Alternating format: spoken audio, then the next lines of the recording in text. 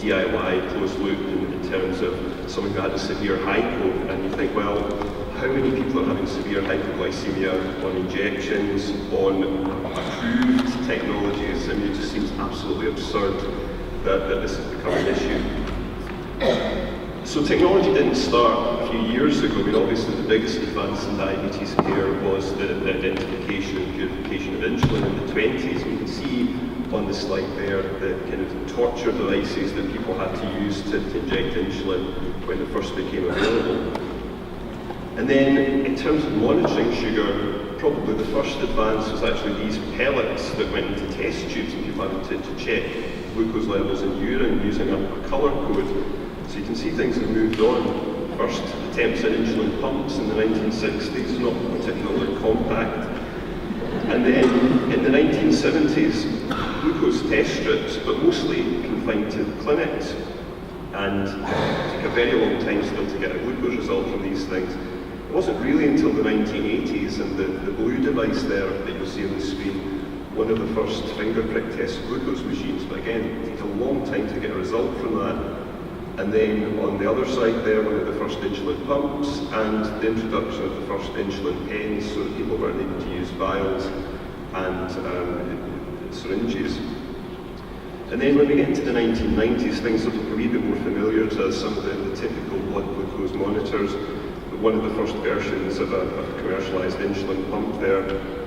And by the time we get into the 2000s, actually technologies that include that Medtronic pump that I expect many of you in the audience are using at the moment, and also some of the earlier CGM like the Freestyle Navigator. And then we fast forward to this decade, and we've got lots of options for pumps. We've got flash monitoring, and we've of course got the DIY approaches as well, which you're going to hear a lot more about later on. But where are we in Scotland at the moment? And I think not as far forward as we want to be. You hopefully see there a graph of the pump uptake in Scotland by health board, and at the far side, Scotland in total. And there's a big variation in provision between different health boards.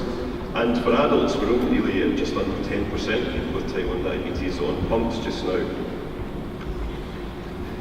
So, Freestyle Libre has been the big advance and the thing that we've been able to actually roll out at scale in Scotland recently, and I think there are potentially some lessons there. Let me explain what this graph means. This is looking at glucose control by HbA1c, so that the green bars are less than 7.5%, the red bars are greater than 9%. And this is looking at people in my clinic at the Royal Infirmary of Edinburgh. And what SIMD is the Scottish Index of Multiple Deprivation. It's something that we can flag up for every single person in Scotland. It's based on their postcode, and it gives us an indication of how affluent they are, how deprived they are. With quintile 1 there, so you split the whole population into 5 sections, and quintile 1 are those people who are least well off, and quintile 5 are those people who are most well off. And what you'll see here is you've got almost twice as likely the chance of having tight glucose control if you're in the most affluent 20% of the Scottish population.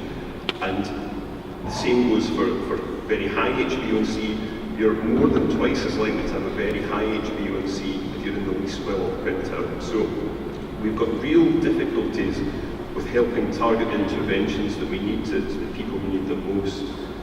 And unfortunately, technology, as things stand at the moment, is not necessarily solving that problem. So another complicated graph, and I showed you the last one. But what this does is we looked at last year the people who were using Libre in Edinburgh in our clinic. And if you looked at Q5, so the most affluent end, around about 50% of our Libre users, when they were self-funding, were the most well off.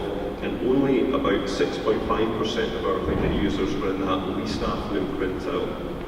Now what you see there with the NHS funded, the red line is, things shift a little bit, but what happens here actually is it's just mostly people in quintile 4 using Libre more, so you're really not seeing any difference, even with NHS prescription of Libre, not seeing very much difference in people in these most deprived quintiles actually taking up the technology. So people who need this most are really not getting the benefit from it. think Libre rollout in Scotland, and particularly in our own centre, we feel has been a real success. As soon as we got approval for this last February, we sent a letter out to over 2,000 people with type 1 diabetes attending our clinics in my hospital. And then what we were able to do is direct them to our website to sign up to an education session to get all of the online support and educational materials. And then they came along to our group education event where we talked through how to use it. We gave people a Libre sensor, a Libre reader, and various other materials. We made sure people fulfilled our eligibility criteria, but we put an awful lot of work in Scotland to make sure that these criteria were really as liberal as possible. You know, you hear a lot of other places in the UK where it's very tight criteria, very difficult to get on, but essentially, if you've got type 1 diabetes and you're using multiple daily injections or a pump, more or less everybody would fulfill these criteria.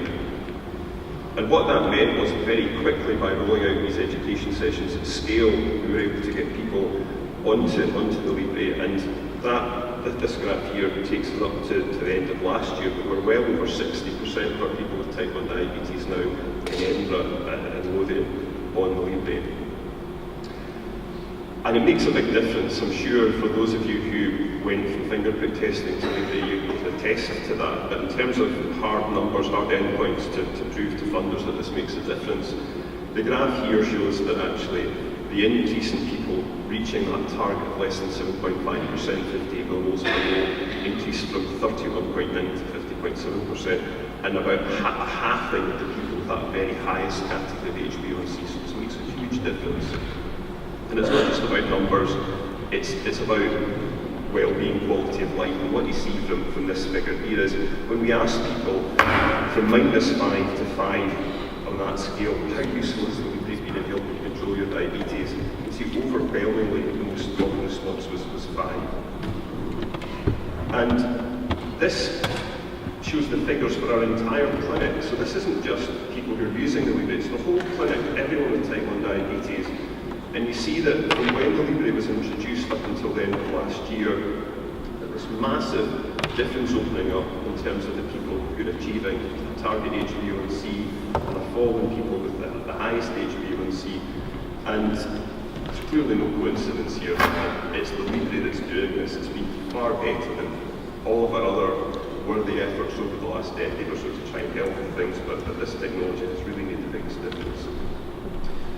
So I'm just going to round off now by asking, when did the machines win here? Because I'm with Debbie. I think that technology has been proven to be far, far better than people like myself at helping people achieve glycemic targets. There's clearly still a role for doctors, but we need to help roll out these technologies too.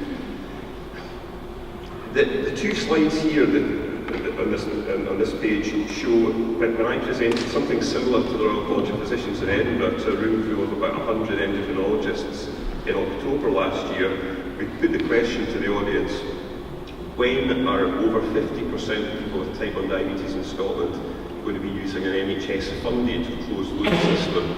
And we asked it before the tech session and after, and you'll see on the left-hand side beforehand, 46% of people said it would be beyond 2028 before we achieve that goal.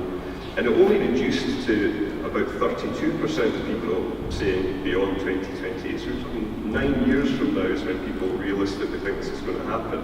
And I think we've got a role to show these people that they're wrong. It's not just confined to one room in Scotland. I always ask this question in expert groups, and we get roughly the same answers. So people are fairly pessimistic about this. I'm not, but maybe I'm being naive. But I think we've got a really big role to push this forward. I think we've got to make it much, much easier. I think within the audience today there'll be a lot of very motivated people and people who are probably, compared to the general population, much more tech savvy than is the general group of people with type 1 diabetes. And ultimately, I think we need to make these technologies as easy as it is to take an iPhone out of a box and turn it on and use it. And the question mark there is beside the iLet, the Beta Bionics product, which is currently being tested and put through its trial process. I mean, this will ultimately be a dual hormone, artificial pancreas with glucagon and insulin in it. And if the early hype is borne out by the studies, then this is really something which is plug and play. You tell it how much you weigh, you put your Dexcom sensor on, you put your pump giving set on, and it does the rest. And it really has to be this easy. I think as soon as you put barriers in terms of IT literacy, numeracy, you start to put off the people who really do have the most, I think, to gain from this type of technology. Pumps really need to be cheaper as well. You could buy 10 PlayStation 4s for what it costs to buy a single insulin pump, and it really doesn't make sense to me. These things really have to become cheaper. And I think a message to you as a diabetes community would be you really do have to be angry about the fact that things aren't better already, because there are people who are benefiting from closed loop at the moment, and our challenge as healthcare professionals and you as a group of people with diabetes is to make sure that we make it well before 2028 that the majority of people are benefiting from technology which already exists. And that is, I think, all I've got to say. Thank you.